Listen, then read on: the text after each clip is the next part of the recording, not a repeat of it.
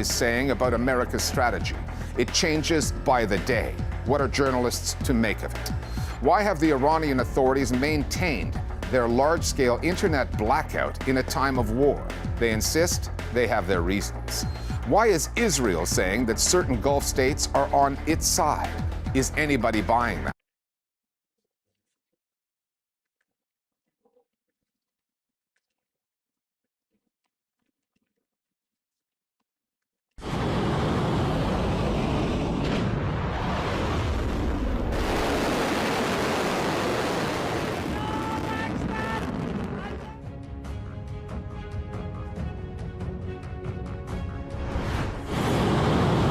A major escalation has been reported in the ongoing war between Iran, Israel, and the United States.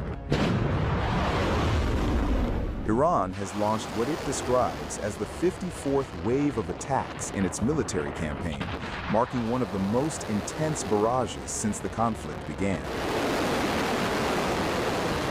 According to Iran's state broadcaster, IRIB, the latest wave includes the first use of the Sejil ballistic missile since the start of the war. The launch of this advanced missile system is being seen as a significant escalation in Iran's military response. Islamic Revolutionary Guard Corps said the attacks were part of what it called the first round of retaliation for workers killed at civilian factories in Iran during recent strikes. The IRGC claimed the operation was aimed at punishing those responsible for the attacks. The Sejil missile is considered one of the most advanced weapons in Iran's ballistic missile arsenal.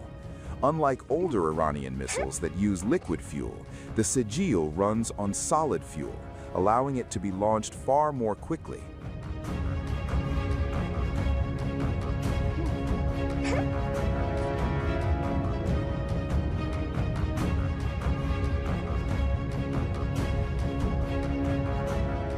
Military analysts say this capability significantly reduces warning time for targets because solid fuel missiles do not require lengthy fueling procedures before launch.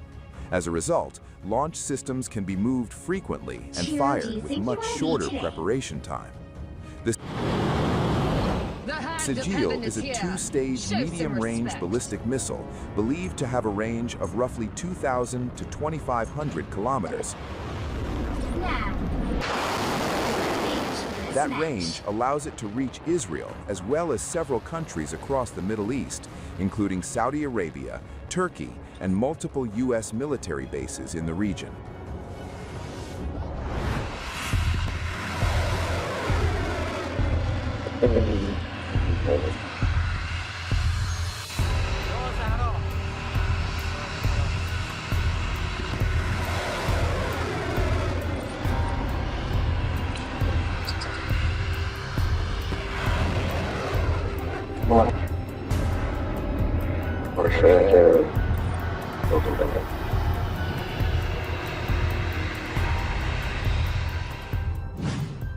Israel's Iron Dome crumbles, Bibi confesses to U.S.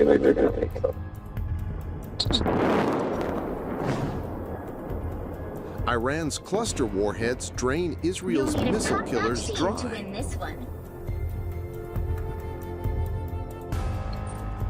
Israel informed the U.S. this week that it is running critically low on ballistic missile interceptors as Iran's relentless attacks overwhelm defenses.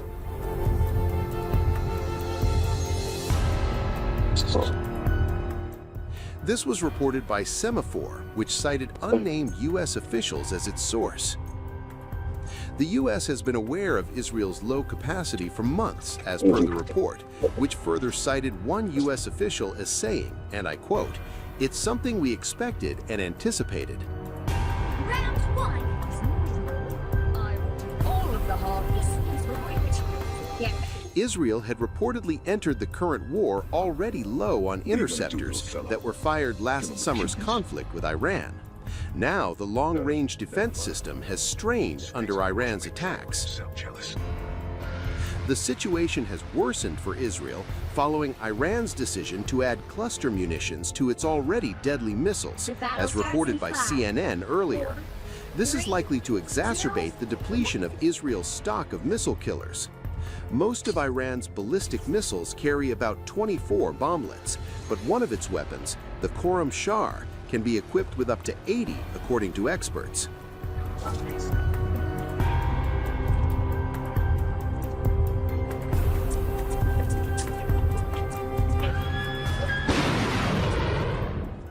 The Semafor report doesn't confirm if the U.S. might seek to sell or share any of its own interceptors with Israel, which would pose its own strain on domestic supplies amid America's ongoing war with Iran. This was highlighted by another unnamed U.S. official in a statement to Semafor. The official said, and I quote, "We have all that we need to protect our bases and our personnel in the region and our interests. Israel is coming up with solutions to address their shortage." Tehran has been retaliating to U.S. and Israeli attacks on its territory by firing missiles and drones on regional American bases and across Tel Aviv. The Semafor report came as U.S. President Donald Trump said earlier this month that Washington has a virtually unlimited munitions stockpile.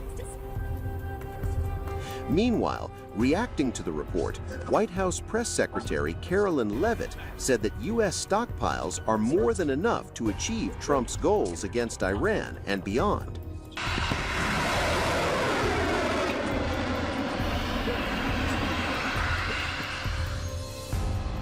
Israel has other ways to defend against Iranian missiles during the war, including via fighter jets, but the interceptors are among the most effective defensive weapons against long-range fire. While Israelis are relatively well protected by early warnings that precede ballistic missile attacks and widely accessible bomb shelters, one bomblet still killed 2 people on the outskirts of Tel Aviv last week, and many others have been injured. An Israeli military official told CNN that about half of all ballistic missiles fired at Israel during this war have been equipped with cluster munitions. The munitions represent a significant new challenge for Israel's air defenses, which have successfully intercepted most ballistic missiles, but struggled to stop the bomblets due to their small size and the relatively little time to intercept. Meanwhile, on March 14th, Israel's defense minister said the conflict with Iran is reaching a turning point, describing the situation as a decisive moment for the country's leadership.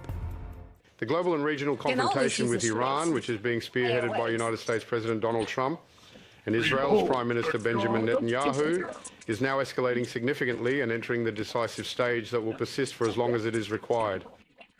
I commend President Trump for the severe blow the U.S. military dealt tonight to Iranian oil facilities. This is the fitting response to the mining in Hormuz and the extortion attempts by the Iranian terror regime.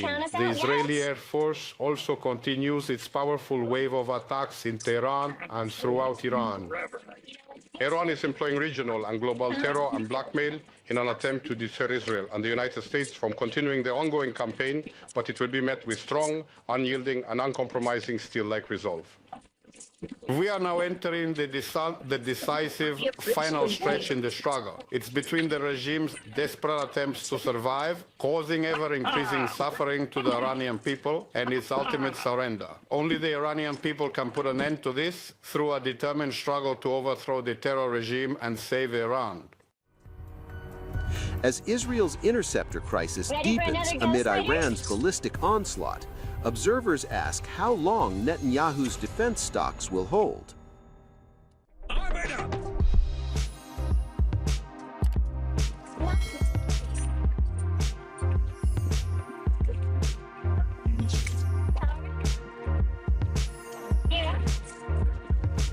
Ready again.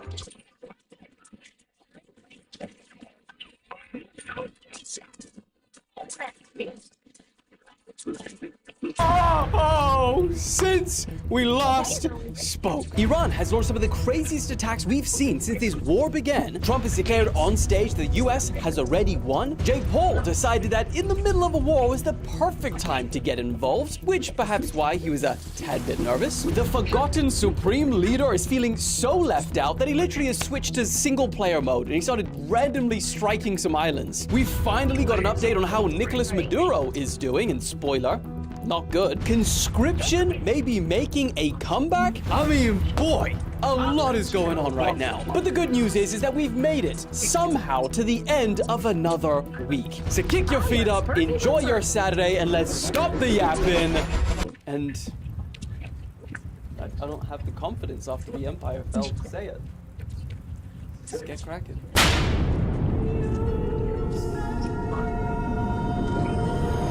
Footnote before we begin, yes, as you can see, we are not at the Empire. Today, it lays in ruins from the midweek preemptive strikes that we were forced to carry out against the forces of Mold. More about that at the end of the video. It's a tragic tale. Moving on. Okay, as has become normal in recent times, we need to start today with updates from the war. We are now officially day 14, so we're at the two-week mark. And here's the thing, based on all of the initial projections when this whole thing started, that gives us 2 weeks left before world peace is achieved.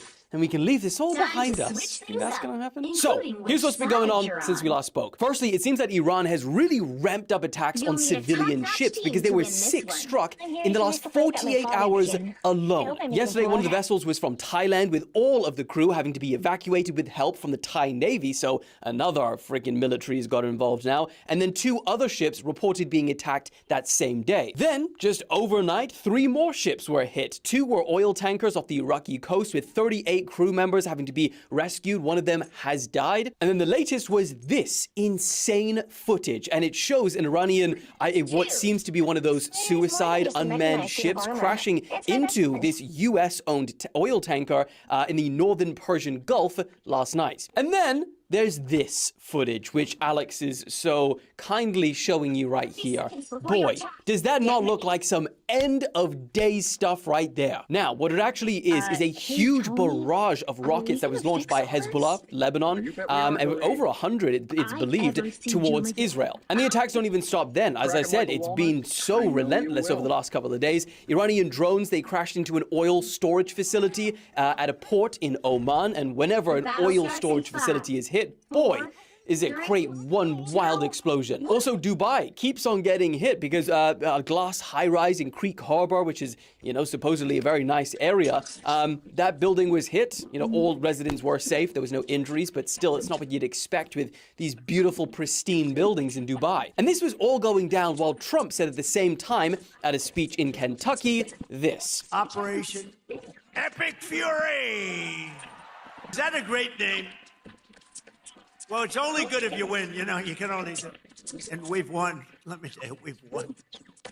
You never like to say too early you won. We won. We won the bet. In the first hour, it was over. Now, here's the thing. Trump's signals towards how this war is going is not only changing by the day, but it changes depends on who he speaks to the point where literally as he was on the way to that rally in Kentucky where he said, we've won, he told reporters from the Hill that the U.S. is not done striking Iran, and for the war to actually be over and the U.S. needs to call it quits, well, the U.S. needs to continue carrying out more of the same. So yeah, we have no idea when this war is going to end. But beside that, also at this Kentucky rally, Jake Paul turned up, I think giving a speech at a public Trump rally for the first time. God is with us. I know he wants us on the right side of history. God's got us. Trump's got us. God bless. Love you, Kentucky.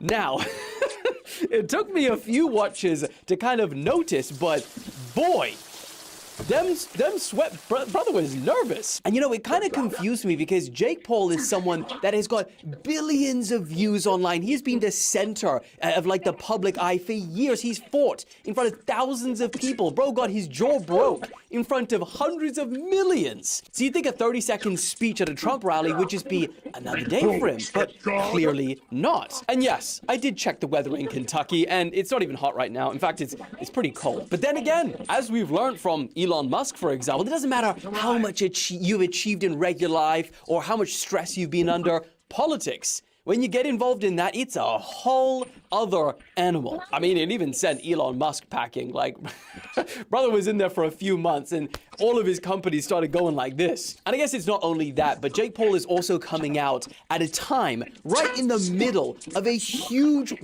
almost world war where over 22 different countries, as of recording, are involved. And like, let's be honest, the view of America around the world is not at its greatest right now. So yeah, Jake Paul might be used to hate comments, people clowning on him for not being a real fighter, but I think those hate comments, until you get involved into politics, then they turn into death threats. So it's, again, politics is a wild thing, man. Also, this made me laugh. I think Jake Paul is the first person I've ever seen confuse the Trump pull handshake with him pulling in for a shoulder bump. And I think that he's found a kryptonite, because if Trump ever pulls you in, you can just go for a shoulder bump. Yeah, what up, homie?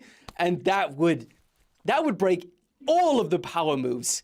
I wish he committed to that. Anyway, let's continue with the latest from the war. We also witness history again. I mean, is history even significant anymore nowadays? But anyway, 32 member countries of the International Energy Agency, they agreed 2 days ago the largest ever release of emergency oil reserves. And this was to calm the market. Like, you know how crazy things went with fuel prices when Russia invaded Ukraine? Well, that was a release of 182 million barrels.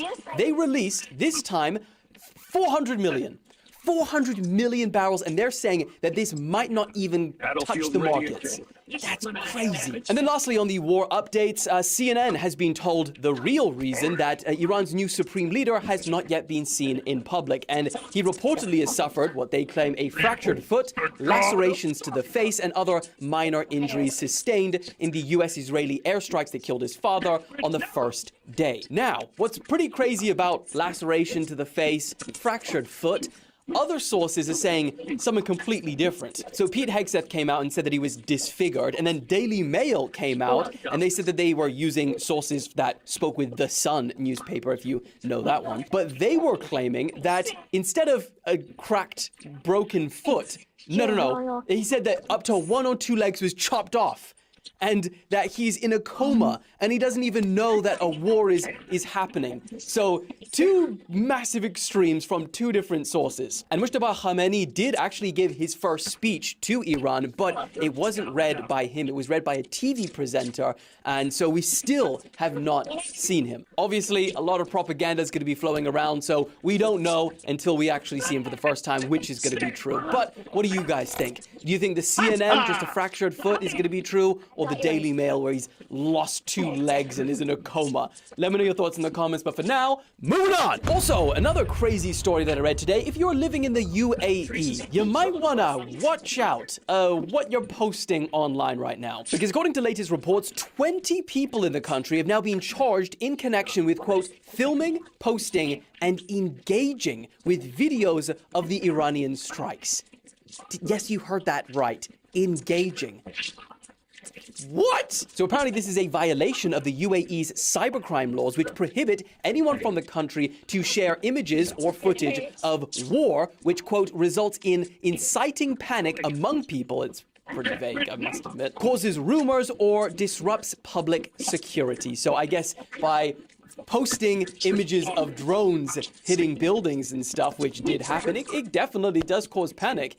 But that's reality. That's what happens when you're at war. Now, this could also be in the case of sharing misinformation or fake videos of the conflict, which is a lot more fair enough. And that actually could lead to jail time, fines, and deportations. Now, one of these people that are now facing charges is a 60-year-old man from London, which presumably he was on holiday, or I don't know if he was an expat. And the crazier part about this law is that you can actually still be arrested even if you weren't the one that originally filmed and posted the visual. Because according to legal experts who specialize in Middle Eastern legal matters, quote, under UAE cybercrime laws, the person who originally posts that piece of content, they can be charged, but so can anyone who reshares it, reposts it, or comments on it. I'm reading that word for word. That seems insane. And I mean, reading reading this, I think it's kind of ironic because the UAE and Dubai, they've made a big push in the last 5-10 years to bring content creators not only visit Dubai and the UAE, but move there. That's what their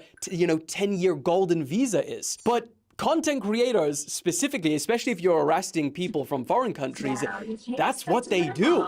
They are all about speaking and expressing themselves. And I mean, like, the question is, if I was to share footage, and obviously if it's real footage, would I have issues doing my style of content in Dubai? Anyone that is actually from the UAE, please share your thoughts in the comments. Would I get in trouble? Let me know your thoughts, but for now, moving on. Also, something that we spoke about previously in 2 or 3 different videos, well, it's ramping up. The individual attacks following the beginning of this conflict. In fact, the US, unfortunately, they saw not 1, but 2 being carried out in one day yesterday. So the first was a Jewish synagogue in Michigan, and that was attacked by a man who rammed a vehicle, presumably his, filled with explosives into this building, drove down the hallway, and this building had a childcare center and a school on site. Now, the suspect has since been identified as 41-year-old Ayman Mohammed Ghazali, and he was born in Lebanon and entered the US in 2011 and became a naturalized citizen in 2016. Now, security guards opened fire on him after he rammed the vehicle into the building, which then became engulfed in flames, and I don't believe that these bombs went off, these explosives, and he also apparently had a rifle on him, which obviously he didn't use. Now, hearing all of that, you'll be surprised to hear that there was actually no deaths or real serious injuries. The security guard was actually hit by the car, but he is expected to be fine and make a full recovery. Now, the FBI have called it a, quote, targeted act of violence against the Jewish community. Now, here's where things get interesting, because authorities are now investigating certain reports that this suspect that rammed the vehicle into this building had multiple family members killed in a recent Israeli airstrike in Lebanon. There are also unverified reports that the attacker posted these images of his family before the attack. But again, we cannot confirm if these are legitimate yet. Alex, you can show them, but please blur out all of the faces. Now, if this does turn out to be true, obviously we're just recording this right now, so maybe by the time you're watching it, it does turn out to be true, then this could suggest that this was an act of retaliation for things that have happened in the Middle East. But there was a second attack, and I can't even believe that we're having to record this on the same day, but also this time in a university in Virginia. And the backstory behind this attacker is actually pretty crazy, because he is allegedly a former Army National Guard member who previously spent 8 years in prison for attempting to aid ISIS. He was convicted in 2016 for providing ISIS with material support, and he was released in 2024. So didn't take him long. Now, interestingly, he was released on supervised release, which is kind of like probation, and he was still under this supervision when he carried out the attack. So according to the FBI, the man named Mohammed Baylor Jallo, 36 years old, he entered this classroom filled with military trainees. He opened fire. He left one instructor dead, and there was a lieutenant colonel and a university professor that was injured along with 2 other students. But how this ended was pretty insane, because he was actually killed by one of the students in this class. And this student didn't even have a firearm on him. It reportedly stabbed the gunman, importantly preventing him from killing more people. There were students in that room that subdued him and rendered him no longer alive. I don't know how else to say it, but they basically were able to terminate the threat.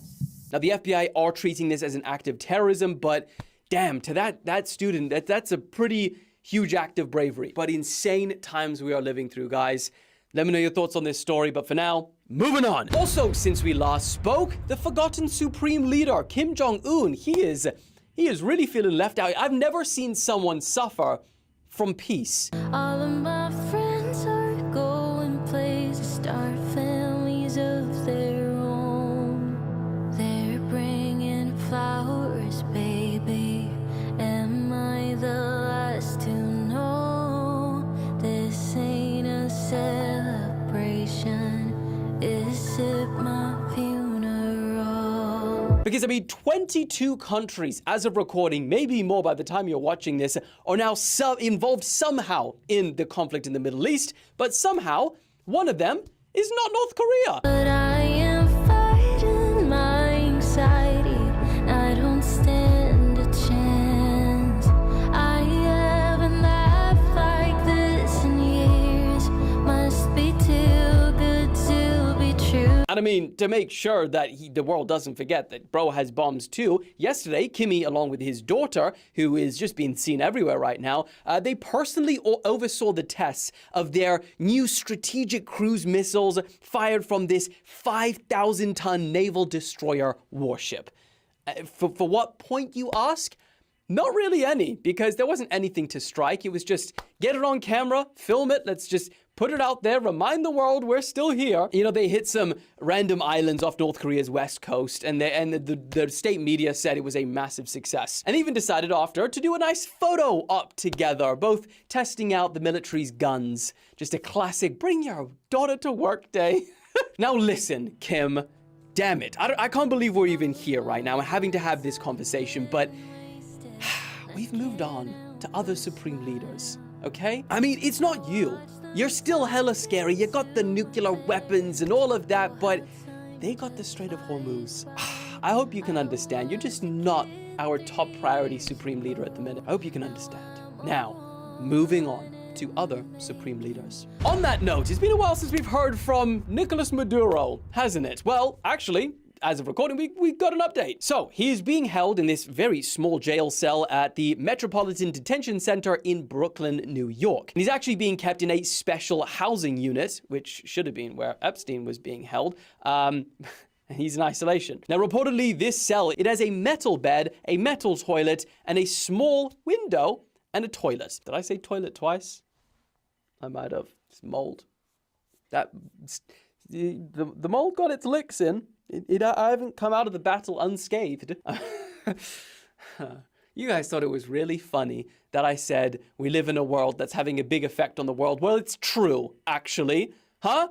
We are living in a world that's having a big effect on the world, so I stand by what I said. Anyway, back to Maduro. Apparently, he is only allowed outside his cell 3 times a week, so not even every single day, and he has to walk around in a small patio. And apparently, these conditions have been getting to Maduro because Spanish outlets are now reporting that he has been shouting from his cell every night, "I am the president of Venezuela. Tell my country I've been kidnapped, and tell my country that we are being mistreated." And by we, apparently, there is another Venezuelan individual that's being held close to Maduro, and this is according to that guy's lawyer. So yeah, it doesn't sound like he's having a great time right now before his trial, but you know, America's now moving on to other supreme leaders, so yeah, a lot of supreme leader talk this year, huh? Anyway, thoughts in the comments. Moving on. Also, since we last spoke, with all of this talk about war and World War III, well, some recent concerning reports have now raised the question, is conscription starting to make a comeback? And Europe, we're really looking at you with this one, unfortunately. So, for the first time in 20 years, Croatia has just reintroduced compulsory military service with a targeted training about 4,000 new recruits every year from now on, and they're not the first and neither the last. Serbia have already announced their intentions to bring back conscription for the first time since 2011. After abolishing it in 2007 and 8, Lithuania and Latvia, they've brought it back too. Slovenia's opposition party, they've been calling for the same there. Germany, they announced last year that they are ready to build the strongest army in Europe again. Slightly unsettling. And they even approved a bill that stated if they don't get enough voluntary personnel joining the military by 2035, and by doing this, they're to like increase the amount that they're getting paid and all sorts. But if they don't get that, then they have a little keyword in here. They are allowed to bring back compulsory conscription is still on the table. And even for the 9 European NATO member countries that already have conscription in place, they never took it away. Well, guess what? They too are taking measures just to expand their armies. Like Denmark, they recently included women in conscription. And then Finland, they rose their upper age limit for reservists to 65. Imagine Gramps fighting alongside you in the frickin' end of days. That would be wild. And then, of course, there are lots of countries that haven't brought it back, but they are debating actively in parliament, like Poland, France, the UK, etc. So, I mean, the big question kind of is like, will people still voluntarily fight wars in the big 26 and beyond? Or will governments have to introduce mandatory conscription to get people to fight wars that they started?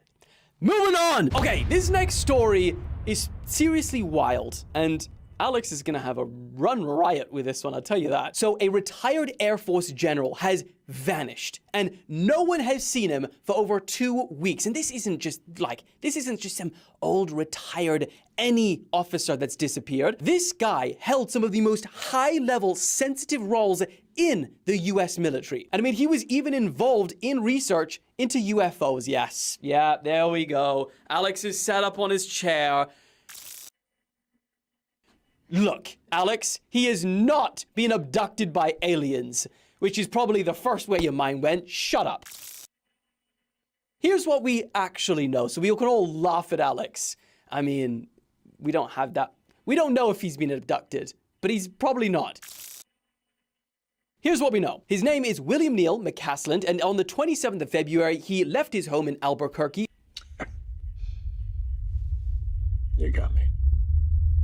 On foot, without his phone, without his prescription glasses, and he hasn't been seen since. Now, the FBI have joined the search for this guy because his background, of course, he knows a lot. They've contacted over 600 homes asking, has anyone seen him? All of them have said no. They've got out drones, helicopter support, ground searches, entire search and rescue teams with K9 units. Still nothing. Now, a gray Air Force sweatshirt was found about 1.25 miles from his home, but they don't even know if that was his. They presumed it's linked to him, Air Force, but there was no blood on it, so they can't confirm anything that's gone on. It's just missing a sweatshirt. Now, what makes people so suspicious about this case is that throughout his career, William has worked on major space and defense programs, including serving as chief engineer on the Pentagon's GPS program. He's directed the Space-Based Laser Project Office and also served as the director of special programs under the Secretary of Defense. And at one point, and this is the part that really is standing out to a lot of people, he even commanded the Air Force Research Laboratory at the Wright-Patterson Air Force Base. Now, for some of you, that's going to mean something. For others, it isn't. For those that this doesn't mean anything for, this is basically a base that is being at the center of conspiracy theories and speculation for a long time. One part of the base that's infamously known as Hangar 18, well, that's where a lot of UFO enthusiasts like Alex so Alex, you are a UFO enthusiast, and we all know it. Anyway, that's where they believe, along with Alex, that they secretly housed the US government debris from an alien aircraft during the Roswell incident. And if you want to know what the Roswell incident is, I'm sure you can just ask Alex. He'll know all about it on his channel. However, of course, the Air Force, they've denied all of those claims. And then just to add the cherry on the cake, he actually disappeared just days before Trump posted that he was going to be releasing the UFO files, which we spoke about, but they're still not out. And so basically the timing of his disappearance, right when with Trump, and this guy has had a lot of history with joining after he retired some UFO involved companies. It's all basically led to he's been abducted, gone forever. Obviously, that's not the basis that authorities are working under, and his family even posted on Facebook saying that it's unlikely anyone took him for classified secrets because he retired nearly 13 years ago. They said that Neal only had a brief association with the UFO community and that he doesn't have any special knowledge about the ET bodies and debris from the Roswell crash stored at Wright-Patt Base. What an odd thing to say.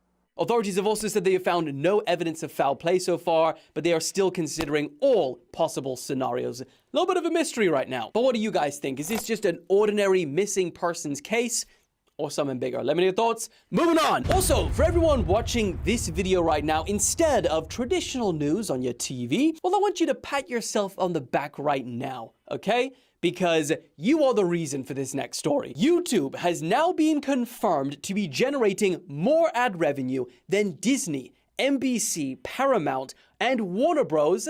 Combined.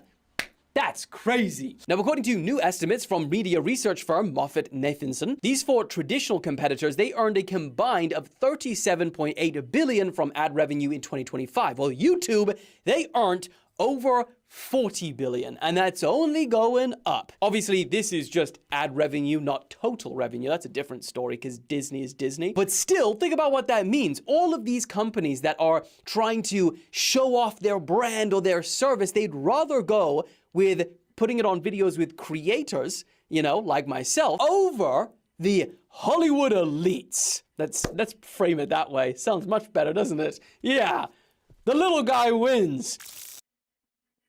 So yeah, future looking pretty bright for creators on YouTube. Moving on! And then, as always, to round out the last story of the day, some good news. Yeah, promises made, promises kept. Now, we do a lot of complaining about how horrific the internet is. Well, guess what? Sometimes it can change people's lives for the better. And this is a case of it. Random internet users from around the world have successfully raised $500,000 for this old man. Now, he went viral recently after a woman named Brittany Smith posted a video of him delivering a parcel to her door. And you see, Richard Pauly from Tennessee, he was recently forced to come out of retirement. How cruel is that? Imagine retiring thinking, sweet, I've worked all my life, now I'm done. Well, guess what? Get back into the workforce, and not just any workforce, delivering parcels. That's a rough one to do at 78 years old. And he was forced to do this after his wife lost her job, presumably very similar ages, and she also lost her health insurance, which is just an American problem that I don't really understand. So he signed up to work for DoorDash. And after delivering Starbucks to a woman's house, she spoke to him and, spoke to him about his story. Why are you doing this? He said that he works because he has to, not necessarily because he wants to, and that by the time they pay their living expenses plus their medical expenses for the medication that they're on, we're basically left with nothing at the end of the month. Now, Brittany obviously recorded all of this, posted it on TikTok, let it do its thing, and guess what? They cooked up. This only had a target of $20,000, but now it has raised over $500,000. And just like that, someone's life has been changed forever. And probably changed their children's lives too, I imagine, because unless they just ball out for the last 10 years of their life, 500K, let's go. I say, Richard, hop on a bunch of cruises, live out the rest of your life enjoying it.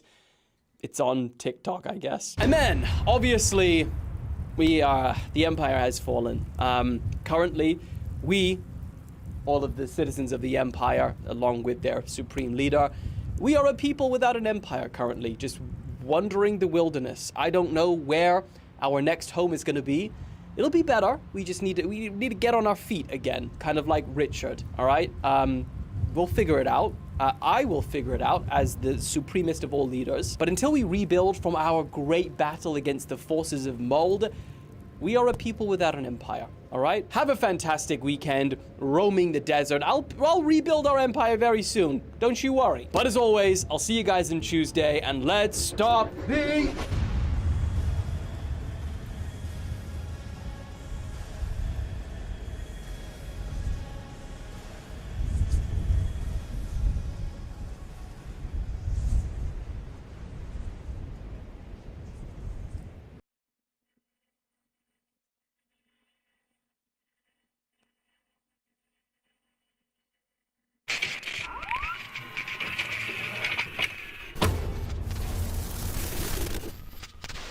Hello everyone, my name is Sir Spooks, and today we'll take a look at 13 scary videos. But before we begin, make sure to subscribe to my channel for more scary content. Alright, with that said, let's begin.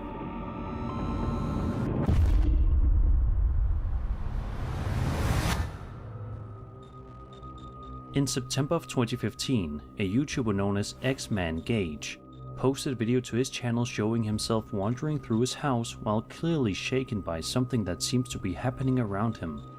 Throughout the clip, X-Man Gage moves the camera nervously from room to room, audibly panting as he tries to figure out what exactly is going on inside the house.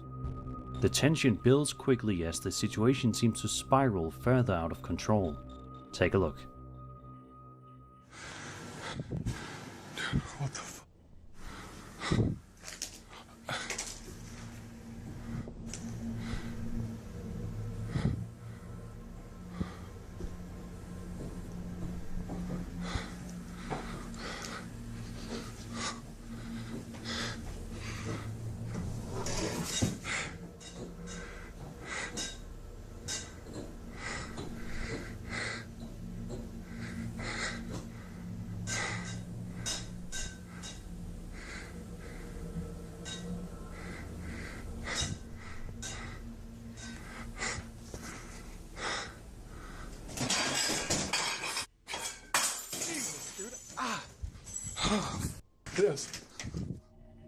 As he pans the camera around, lights can be seen flickering rapidly throughout the home. On top of that, various objects appear to be shifting or moving on their own, adding to the chaos unfolding around him. Then, just seconds before the video ends, something in the kitchen suddenly falls to the floor and shatters. At that point, the uploader clearly has had enough. He quickly runs away, leaving the mess behind as the video cuts off.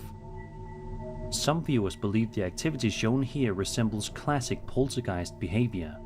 Flickering lights, objects moving, and sudden disturbances